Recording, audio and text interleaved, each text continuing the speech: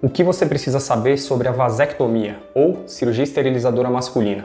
Eu sou Bruno Hurtado, urologista, e é o que nós vamos ver hoje nesse vídeo.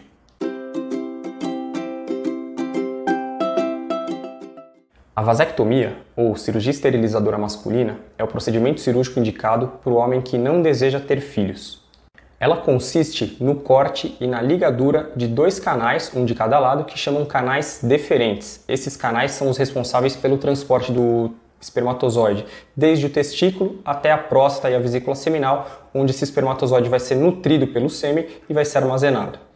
Então, a cirurgia ela é só o corte, a interrupção desses canais que levam os espermatozoides. A cirurgia não mexe com virilidade, apetite sexual, sensibilidade, ereção, hormônio, produção hormonal, não mexe com nada disso, tá bom, pessoal?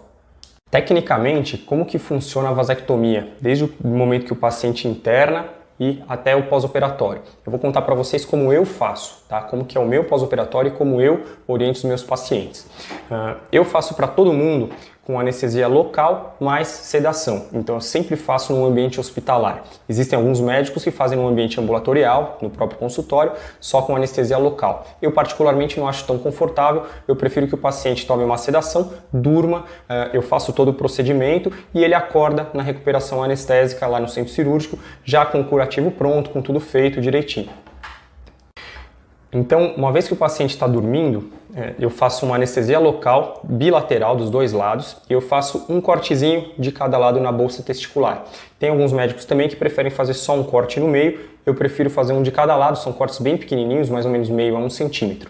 Uma vez que eu fiz esses cortezinhos, eu identifico o canal deferente de cada lado, eu puxo ele para fora, isolo ele das outras estruturas que estão ali aderidas a ele, eu corto, jogo fora mais ou menos entre 1 e 2 centímetros de canal, justamente para afastar essas boquinhas dos canais. Nas boquinhas eu faço uma cauterização na ponta com bisturi elétrico, eu dobro elas como se fosse um cotovelinho e eu amarro com um fio inabsorvível, um fio que vai ficar no organismo do paciente para o resto da vida. Nós tomamos todos esses cuidados para evitar que o organismo recanalize espontaneamente e o paciente volte a ser fértil, volte a ter fertilidade. O paciente acorda da anestesia, ele vai estar com os testículos e com a bolsa testicular anestesiados ainda e essa anestesia ainda vai durar algumas horas. No mesmo dia o paciente recebe alta hospitalar, geralmente ele usa um suspensório escrotal, que é a famosa saqueira. Esse suspensório escrotal ajuda a diminuir o desconforto no pós-operatório e eu oriento que use pelo menos na primeira semana. Na maioria das vezes a gente acaba estendendo por 2 ou 3 semanas. Uma vez de alta, o paciente mantém o curativo por pelo menos 24 horas e depois disso ele é orientado a lavar diariamente apenas com água e sabonete. Não precisa de soro fisiológico, nenhuma solução antisséptica. Água e sabonete normal do banheiro são mais que suficientes.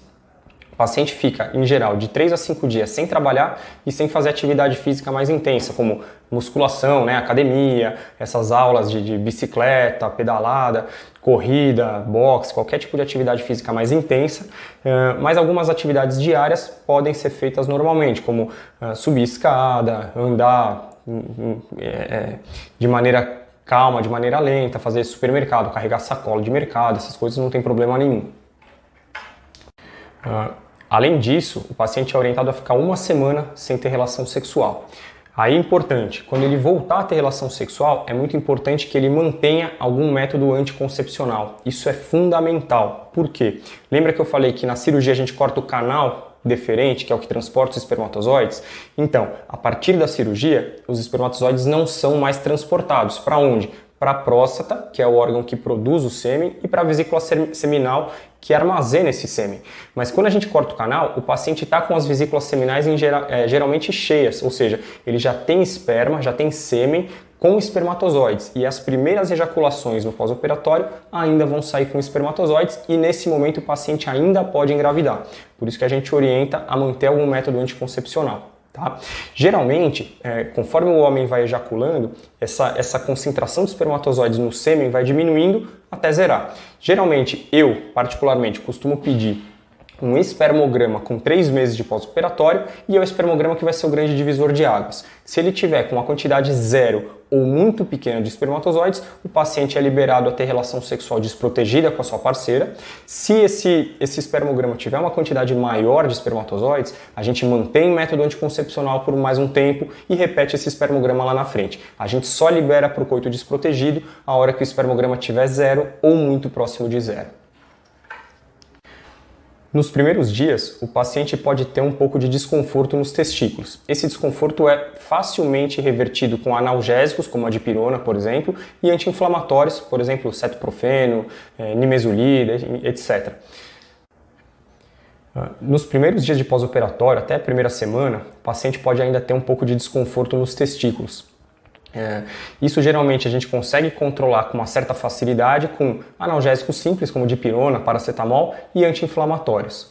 O paciente pode ter também, nas primeiras ejaculações, depois de uma semana, um pouco de sangue no esperma ou um esperma de uma coloração um pouco mais amarronzada ou mais escurecida, que é um sinal de um processo inflamatório que está em cicatrização. Isso não é um sinal de alarme, o paciente pode ficar despreocupado.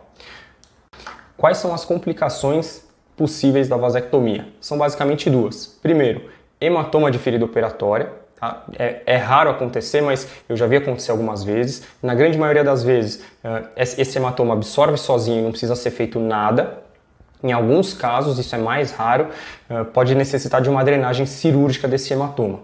E a segunda complicação mais comum é a infecção da ferida operatória. Lembra que a gente está cortando a pele é uma barreira contra bactérias, contra micro-organismos.